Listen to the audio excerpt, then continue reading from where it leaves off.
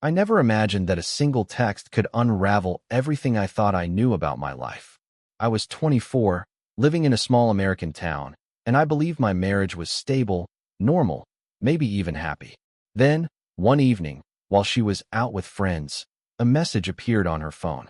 The words were unmistakable, intimate, personal, and unmistakably not meant for me. I froze. My mind raced, heart pounding, as the realization sank in. She had been seeing someone else. The woman I trusted, the one I shared everything with, had been hiding a secret life. I didn't react immediately.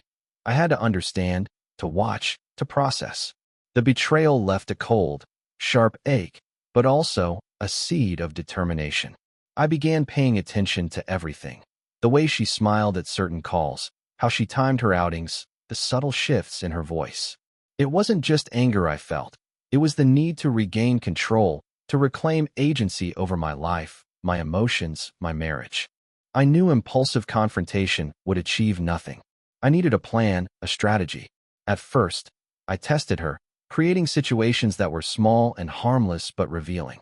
I asked casual questions about her day, noted inconsistencies, and observed her reactions. Each lie she told, each hesitation, became another piece of the puzzle. I was meticulous, calculating, learning how to use her own patterns against her, not cruelly, but deliberately. Then came the moment I decided to take things further. She had planned a weekend trip with a friend, or so she said. I suspected she intended to meet him. Instead of storming out or exposing her publicly, I orchestrated small coincidences, delayed texts, a misdirected GPS route, a casual remark from a mutual acquaintance. Nothing traceable to me, yet enough to destabilize her confidence. As the weekend unfolded, I observed from a distance. She grew tense, her laughter forced, her movements cautious. Every text she sent, every call she made, was a silent confession. And I realized something important. Revenge was not about hurting her. It was about reclaiming control, making her confront the reality she had tried to hide. By Sunday evening, she returned home exhausted and uneasy. I greeted her casually, masking the storm I had orchestrated outside her awareness. She didn't know that her carefully constructed web was slowly unraveling, and she wouldn't until the lessons had fully taken hold. I knew that this was only the beginning. What followed would be a test of patience, intelligence, and emotional control, a careful balance between observation and intervention. She had betrayed me, yes, but I would not allow that betrayal to define the rest of my life. I would take it, twist it, and ensure that every choice she made going forward carried the weight of consequences she could no longer ignore. And deep down, I understood something else, something frighteningly clear. This wasn't just about her. It was about me reclaiming my identity, my dignity, and my life. The storm had begun, and I was at the center, calm, calculating, and ready. The next week was a careful game of observation. I didn't confront her. I couldn't afford to reveal my knowledge yet. Instead, I started noting patterns. How she checked her phone first thing in the morning, how she hesitated before leaving the house, even the way she smiled at certain texts. Every detail became ammunition for the lesson I was planning. I also started testing her in subtle ways. A misplaced item here, a slightly altered schedule there, small disruptions that were almost invisible, yet enough to make her question herself. She began second-guessing her memory, her instincts, even her own sense of reality. It wasn't malicious, it was strategic. I wanted her to feel the same uncertainty she had inflicted on me. One evening, she mentioned a work-related meeting in another town. My suspicion flared immediately. This wasn't just about a meeting, it was about him. I couldn't confront her directly. The timing had to be perfect. I started laying the groundwork. Small hints to mutual friends, accidental information leaks, little disruptions to her carefully planned day. Nothing traceable to me, yet enough to set her nerves on edge. The day she left for the meeting, I watched from a distance. My heart raced, not from anger, but from anticipation. I had meticulously prepared, predicting every move she might make. I observed her interactions, noting how she texted, called, and checked her surroundings. And then it happened. He appeared. The man she believed she could trust, now unaware of the invisible hand controlling the situation. I didn't act immediately. I let them linger in their false sense of security, allowing me to observe how they behaved without interference. Every laugh, every casual glance, every whispered word fed the tension I had cultivated. And then, when the timing was perfect, I intervened indirectly. A vague tip, a casually dropped piece of information, something subtle enough to create confusion without revealing my involvement. The outcome was immediate. Their carefully orchestrated day began to unravel. She panicked subtly, calling him repeatedly, receiving delayed or awkward responses. He, in turn, seemed confused, unsteady in his footing, unable to grasp the sudden shift. Watching from afar, I felt a strange sense of calm. This wasn't just revenge. It was a demonstration of control, of reclaiming what she had tried to take away from me. By the time she returned home that evening, she was tense, exhausted, and slightly paranoid. I greeted her casually, masking everything I had orchestrated. She didn't notice the invisible boundaries I had silently redrawn, the subtle shift in our dynamic. The storm had passed, but its consequences were lingering, simmering beneath the surface. I knew that patience was key. The lesson I was teaching her wasn't a single moment of confrontation. It was a slow, deliberate process. Every step she took from here on out would carry the weight of her choices, and every reaction I observed would teach me more about her, and about the power of subtle, calculated revenge. And in that moment, as I watched her walk through the door, exhausted yet unaware, I realized the depth of the game I had begun, and that this was far from over. I knew the second phase of my plan had to be sharper, more precise. The small disruptions were working. She was nervous, scattered, questioning herself. But to make the lesson truly sink in, I needed to escalate in a way she could never trace back to me. It started with information, her information. I knew her habits, her insecurities, the exact things she tried hardest to hide. Not secrets that would destroy her life, but the kinds that made her uncomfortable, vulnerable, unsure of herself.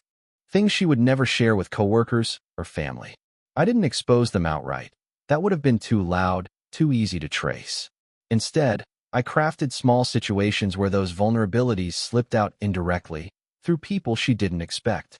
A coworker casually mentioning a topic she hated discussing. A friend referring to something she thought only I knew. A distant relative asking an oddly specific question about her plans. All of it small. All of it deniable. All of it enough to make her feel watched, not by me, but by consequences she had set in motion. She began coming home earlier. She checked her phone in another room, but with less confidence, as if afraid the walls themselves were listening. I didn't react.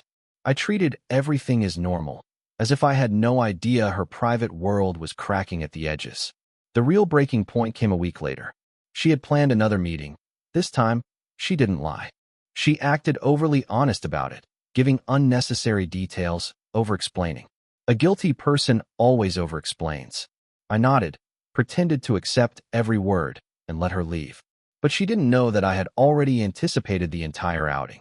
I made one move, just one. A message sent to the wrong person. A mistake. A screenshot without context. Something that would reach her lover and shake him more than anything else could. Whatever he saw, whatever he thought, it worked. When she arrived at the cafe where they were supposed to meet, he wasn't there. He wasn't even in the same part of town. He had left hours earlier, after seeing the breadcrumb I had dropped. And the best part? He didn't answer her calls. Not one. He ignored her messages, left her stranded in confusion. I watched from my car across the street. Not close enough to be noticed, but close enough to see everything. She sat alone, checking her phone, fidgeting, scanning the street like a hunted animal. Her confidence, her arrogance, crumbled in real time. 30 minutes passed. Then an hour. She kept staring at the door like he might walk through it. He didn't. I had made sure of that. By the time she finally got up and left, she looked smaller somehow, as if a piece of her had collapsed inward. I drove home before she did, sitting casually on the couch when she walked through the door. "How was your day?" I asked. The way her voice cracked when she said, "Fine," was all the confirmation I needed. She wasn't just scared anymore. She was lost. Exactly where I needed her to be for what came next. The shift in her behavior was unmistakable. She moved around the house quietly now, choosing her words carefully, as if every sentence might give something away. She thought she was hiding her anxiety, But the way she double-checked her phone notifications and flinched at unexpected sounds betrayed her completely. I didn't pressure her. I didn't question her. I didn't even look suspicious. Indifference can be more terrifying than anger. And she was beginning to learn that. The next phase required precision. She had to feel the consequences not only emotionally, but socially. Not humiliation, nothing public. That wasn't the goal. I wanted her to realize that her actions didn't exist in a vacuum, that trust has weight and betrayal has ripples. So I planted another subtle seed. I casually mentioned wanting to spend more time with coworkers, old friends, people she had always been unsure about. Nothing aggressive, just a calm, simple observation over breakfast. Thinking of reconnecting with some people I haven't seen in a while. Her reaction was immediate, a slight tightening around her eyes, a forced smile. She tried to sound supportive, but the insecurity slipped through. Good. She wasn't afraid of losing me. She was afraid of me moving on before she figured out how to fix what she had broken. Over the next few days, I made sure to be a little more unpredictable, coming home a bit later, taking calls in the other room, putting my phone face down, not hiding anything, but no longer offering everything. She had forfeited that right when she gave her attention to another man. She didn't confront me about it. That would have required admitting her own guilt. Instead, she tried to re-engage with me, attempting to cook dinner, suggesting movie nights, leaving small notes around the house. None of it was bad, but none of it addressed the real issue. One night, she finally cracked. "Are we okay?" she asked, voice tight. I looked up from my book, calm. "Are we?" She froze. The silence stretched for several long seconds. She swallowed hard and said, I feel like you're distant lately." "I don't think so," I replied. "But if you feel that way, maybe you should think about why." She stared at me, caught between guilt and confusion. She wanted me to confront her. She wanted the explosion. She wanted the argument, because that would give her a path to confession, apology, absolution. But I wasn't about to give her that. She went to bed early that night. I stayed in the living room, letting the silence settle around us. Everything was moving exactly the way I needed it to. The next morning, I executed the next step. I sent a message, not to her, not to him, but to someone connected to both of them. Someone harmless, but observant. A person who wouldn't spread rumors, but would quietly plant doubt by simply asking the right question at the wrong time. What's going on between them? A simple sentence. No context. No explanation. And because it came from someone who never gossiped, it carried weight. The reaction was immediate. By evening, she received a call.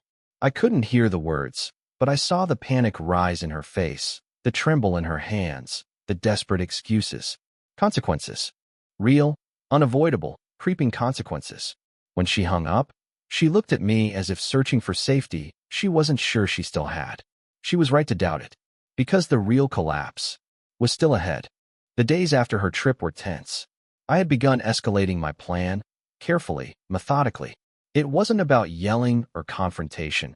It was about control, precision, and making her truly understand the weight of betrayal. I needed her to feel the panic, the uncertainty, the helplessness she had forced on me. I started small but strategic.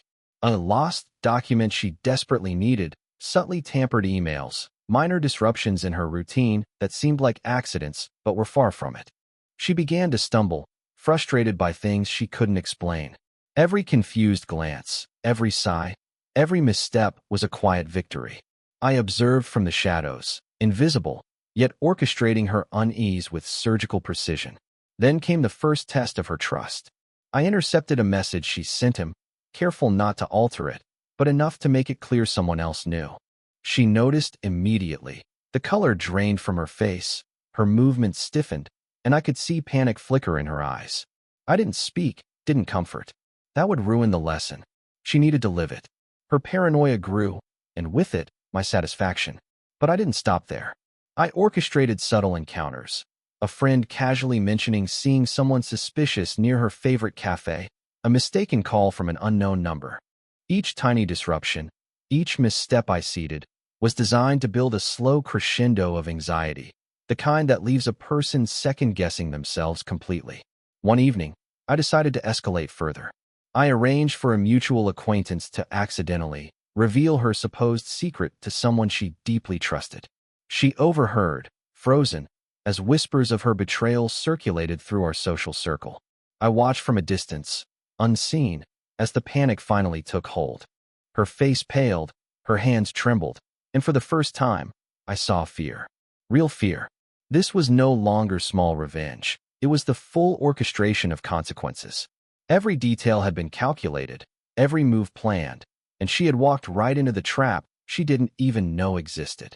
I realized that the lesson wasn't just for her. It was for me as well. Watching her unravel gave me a measure of power I hadn't felt in months, a reminder that I wasn't powerless, that betrayal didn't define me. By the time she returned home that night, she was exhausted, both physically and mentally. I greeted her calmly, masking every thought, every plan I had set into motion. She did not see the invisible shift in our relationship, the boundaries I had redrawn, the psychological weight I had subtly applied. But she felt it. I could see it in her jittery movements, in the way she avoided certain topics, in the way she glanced at me with a mix of fear and recognition. I sat back and waited. The storm had begun, but the endgame was still ahead. She had to understand, fully, that every action has a consequence, and that betrayal is not something that can be hidden or brushed aside. The revenge was not just about hurt. It was about precision, patience, and making sure that when the dust settled, the lesson would remain clear in her mind, etched into the very way she approached life and trust. And in that realization, I felt a calm, chilling satisfaction. This was only the beginning. I didn't sleep the night I found out. My mind kept replaying the sounds I heard through that motel wall. Her voice, her laugh, her breathless little sighs she once saved only for me. I lay staring at the ceiling, my chest tight, my jaw locked so hard it hurt. But something unexpected happened around 4 a.m.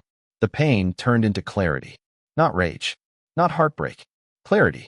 I realized Ava never expected consequences. She thought I was too young, too soft, too in love to fight back. She thought I'd stay quiet, swallow the humiliation, and keep orbiting around her like I always did. She was wrong. I wasn't going to scream. I wasn't going to beg. I wasn't even going to confront her. I was going to make her unravel from the inside. The first step was simple: distance.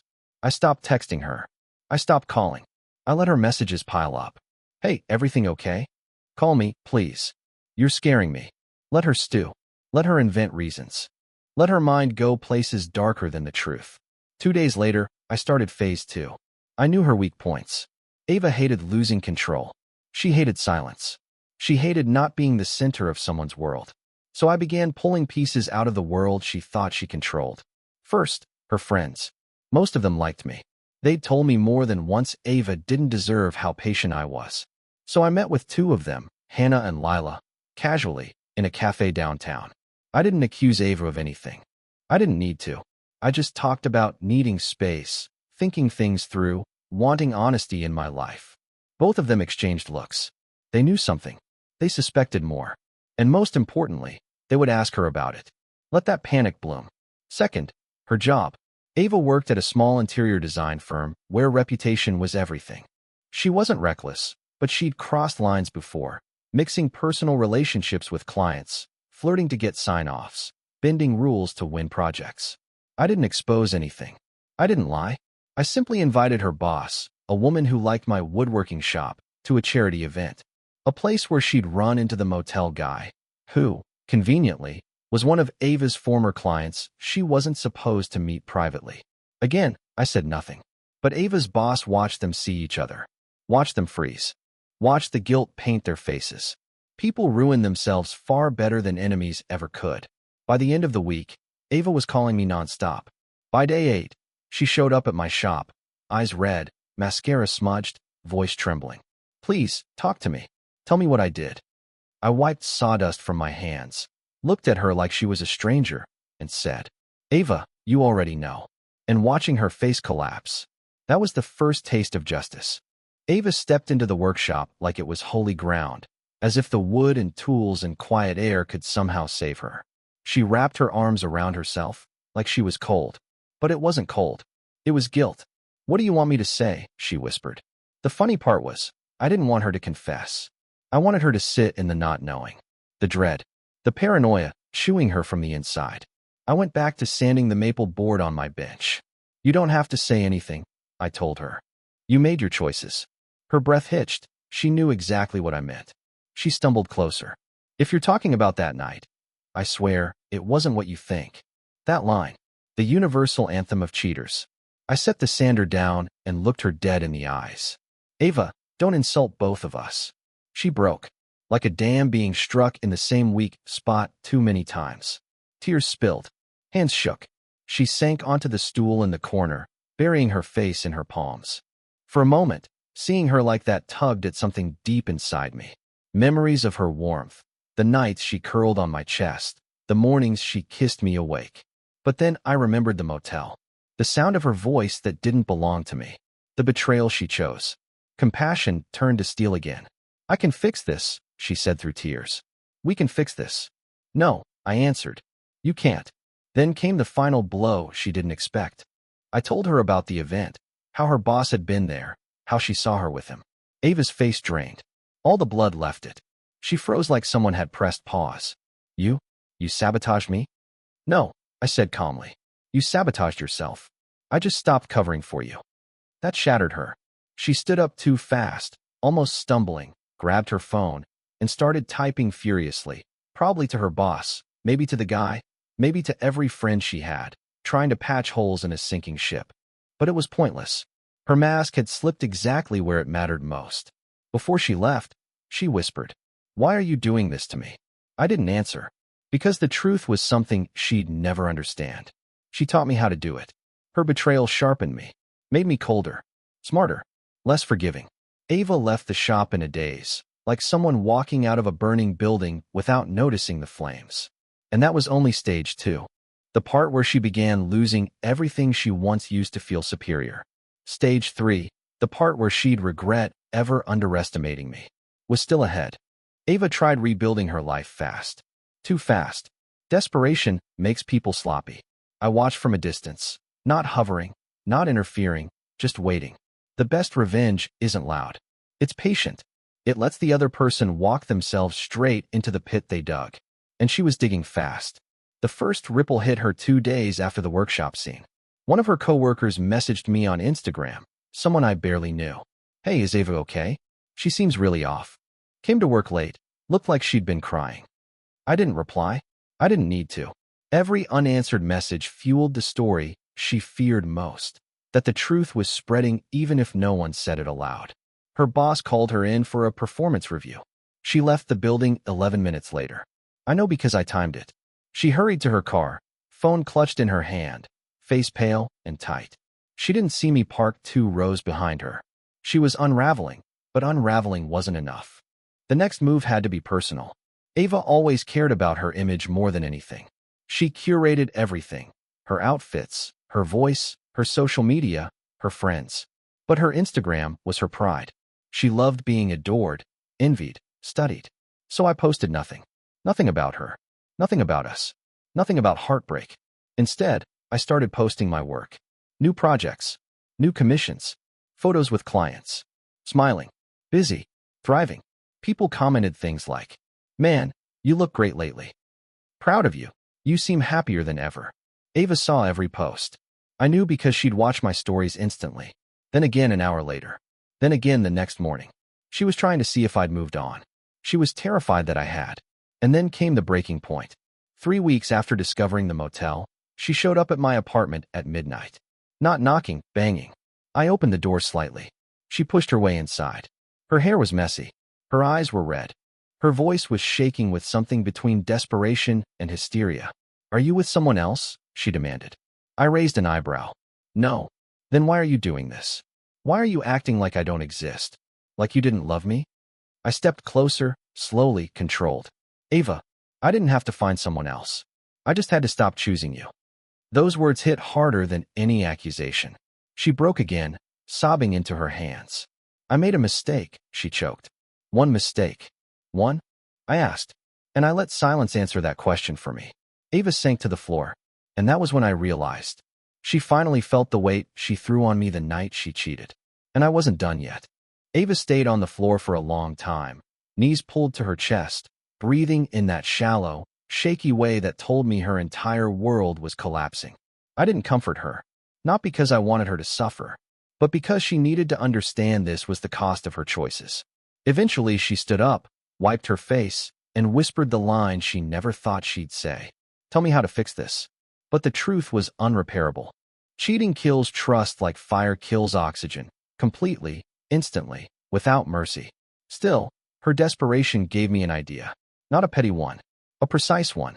You want to fix something? I asked. She nodded quickly, like a child hoping for forgiveness. Fine. Be honest. Completely honest. With everyone. She stiffened. What does that mean? It means you tell the truth. To your friends. To your coworkers. To your boss. To yourself. Her mouth fell open. You want me to humiliate myself? No. I want you to stop pretending. Ava shook her head, backing away like she'd been burned. I can't do that. I'll lose everything. You already lost me, I said. Her face crumpled again.